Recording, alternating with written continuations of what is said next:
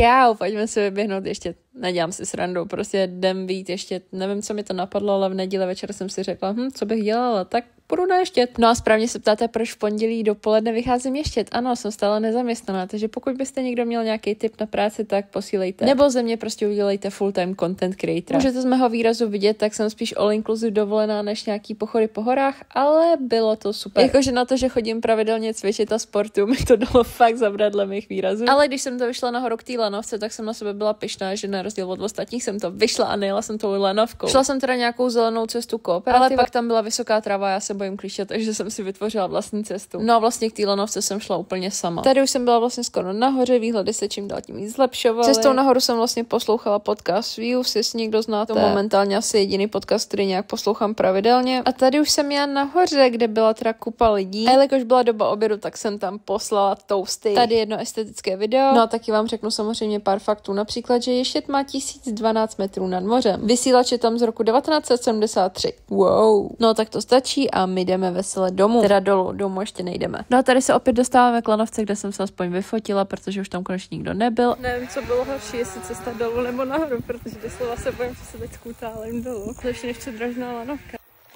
Tady jsem předtím chcípala. Nervy tady dolů cesta. No a tady už jsem vlastně prakticky dole. Ještě jsem se natočila nějaký videjka, díky kterým jsem pak nestihla autobus, který jsem chtěla, nevadí. No a jsme u konce naší dnešní cesty. Doufám, že se vám video líbilo, víc jich asi podobných nebude, takže čau.